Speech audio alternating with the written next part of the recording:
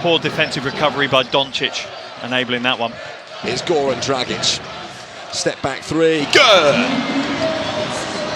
Serafin. Dragic in the meantime to Doncic. Takes aim and fires it down.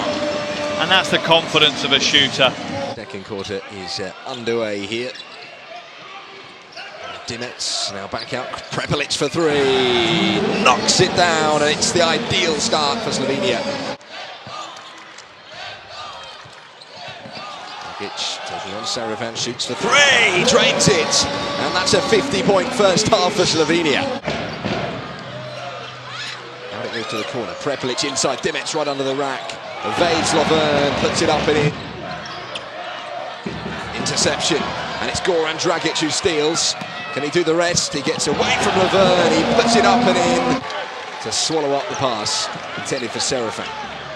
Now Randolph will get up to the rack and put it up and in, and one. No momentum change perhaps, and so we've got 5 minutes to close this game out. Finish top of Group A. This is Prepelic into Vidmar. That has been unreal. 64% from twos, 38% from outside. Yeah, that's brilliant work by Clement Prepelic.